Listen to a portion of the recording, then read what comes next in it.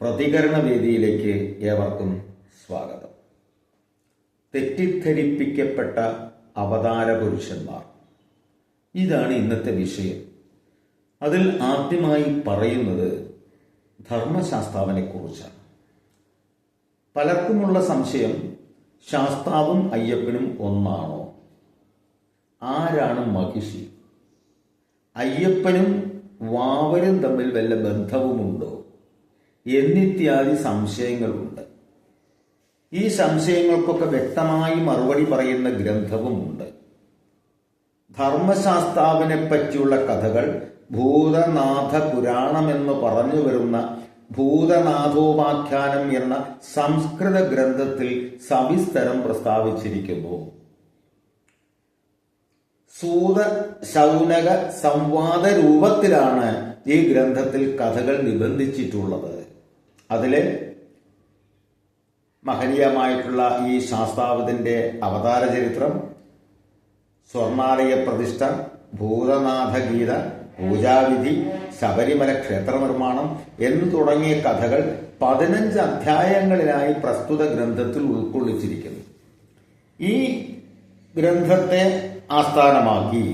അടിസ്ഥാനമാക്കി വിദ്വാൻ കുറുമള്ളൂർ നാരായണപിള്ള എഴുതിയ ശ്രീ ഭൂതനാഥ സർവസ്വം നമുക്കെല്ലാവർക്കും മനസ്സിലാക്കാൻ പാകത്തിലുള്ള ഒരു ഗ്രന്ഥം. സാധാരണഗതിയിൽ അത് വായിച്ചാൽ മനസ്സിലാക്കാൻ പറ്റും. അപ്പൊ ഭൂതനാഥ സർവത്വമാണ് ശാസ്താവിനെ പറ്റി പറയുന്ന ഗ്രന്ഥം. ഇതില് കഥ വേറെ, തത്വം വേറെ. നമ്മുടെ എല്ലാ പുരാണ കഥകളിലും ഞാൻ നേരത്തെ പറഞ്ഞിട്ടുണ്ട്, സംഭവിച്ചത്, സംഭവിക്കാത്തത്, സംഭവിക്കാവുന്നത്, കൽപ്പിതം, ആരോപിതം എന്നിങ്ങനെ 5 തരത്തിലുള്ള സംഭവങ്ങളുണ്ട്. അതിനെ വേർതിരിച്ചെടുക്കണം. സംഭവിച്ചത് ചരിത്രം എന്ന നിലയ്ക്ക്, സംഭവിക്കാവുന്നതും ചരിത്രത്തിൽ പെടും. എന്ന് വെച്ചാൽ ഇന്നല്ലെങ്കിൽ നാളെ സംഭവിക്കുകയില്ല. കാരണം അത് യുക്തിഭദ്രമാണ്. സംഭവിക്കാത്തുണ്ട്, ഒരിക്കലും സംഭവിക്കില്ല എന്ന് കരുതുന്നത്. പിന്നെ കൽപ്പിതം, കൽപ്പിച്ചത്, ഇത് ഇന്നതാണ് എന്ന് പറഞ്ഞിട്ട് കൽപ്പിച്ചു കൊടുക്കുക, ആരോപിക്കുക. ആരോപിതവും കൽപ്പിതവും ഏകദേശം ഒന്ന് തന്നെ. ഇങ്ങനെയാണ് കഥകളുടെ നിലപാട്. അപ്പൊ ഈ ആരോപിതവും കൽപ്പിതവും എന്ന് പറയുന്നത് തത്വാധിഷ്ഠിതമാണ്, തത്വം എടുക്കാൻ വേണ്ടിയിട്ടുള്ളതാണ്. ഈ സംഭവിച്ചതും സംഭവിക്കാവുന്നതും മാത്രമാണ് കഥാരൂപത്തിൽ നമുക്ക് എടുക്കാനുള്ളത്. ഇനി ഇതിന്റെ തത്വമായ ഭാവം ഒന്ന് നോക്കാം. ആരാണ് ധർമ്മശാസ്താവ്? ധർമ്മം എവിടെ ക്ഷയിക്കുമ്പോഴും ആ ധർമ്മത്തെ പുനഃസ്ഥാപിക്കുവാൻ വേണ്ടി അവതരിച്ച അവതാരങ്ങളെയാണ് ധർമ്മശാസ്താവ് എന്ന് പറയുന്നത്. അതിൽ മണികണ്ഠനെ കുറിച്ച് മാത്രമേ, അല്ലെങ്കിൽ അയ്യപ്പനെ കുറിച്ച് മാത്രമേ നമുക്ക് അറിവുള്ളൂ. എന്നാൽ രാമനും കൃഷ്ണനും എല്ലാം ധർമ്മശാസ്താക്കളാണ്. കാരണം ധർമ്മത്തെ സംരക്ഷിക്കുന്ന അവതാരങ്ങളാണ്. ഇവരെല്ലാം വൈഷ്ണവ ശൈവ ശക്തി സ്വരൂപമാണ്.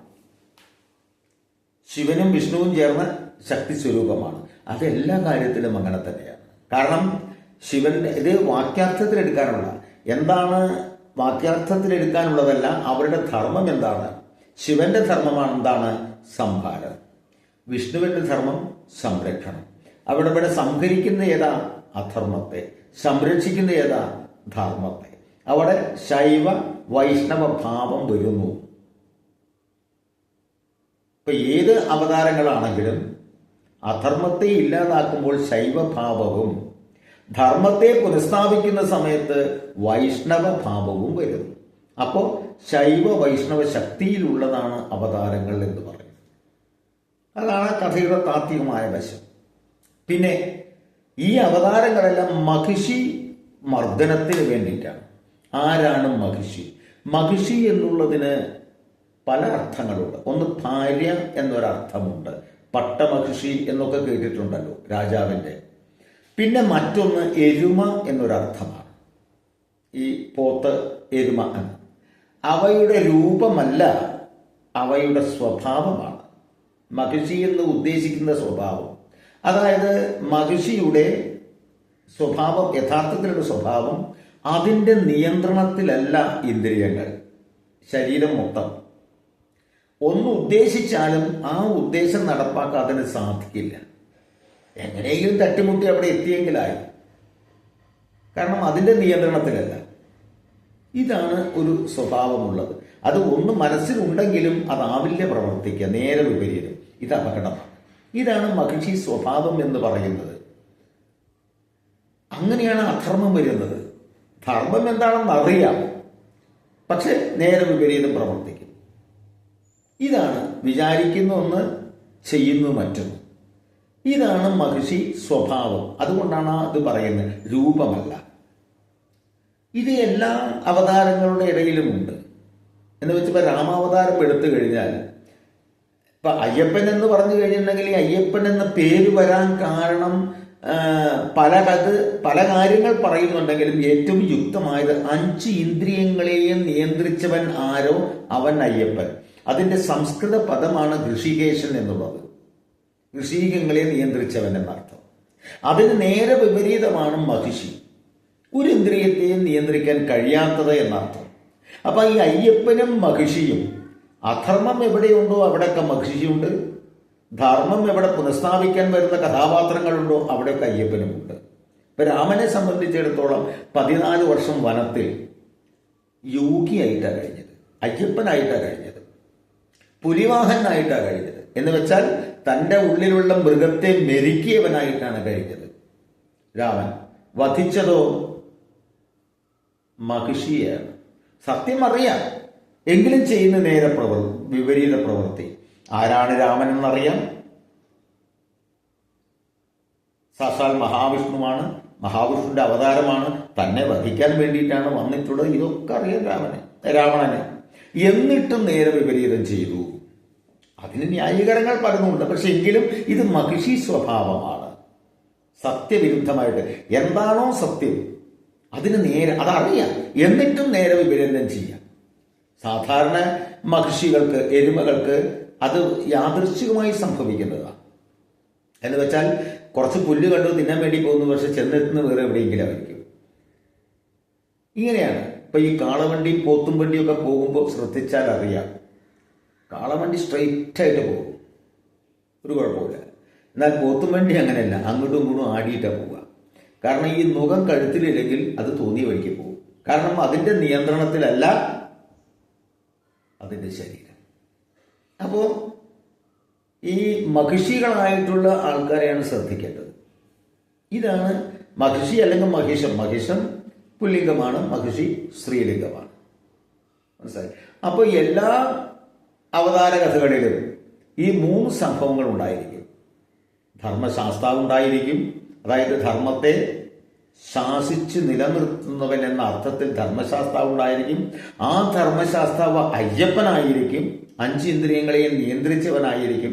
അങ്ങനെയുള്ളവൻ വൈഷ്ണവ ശൈവ ശക്തി സ്വരൂപനായിരിക്കും.